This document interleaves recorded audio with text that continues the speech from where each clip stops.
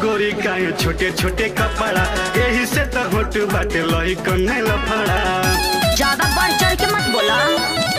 पेन्हा तारू गोरी काहे छोटे छोटे कपड़ा यही से तो होट बाटे लई कन्ने लफड़ा। अरे तो हमरो बतिया सुन लो।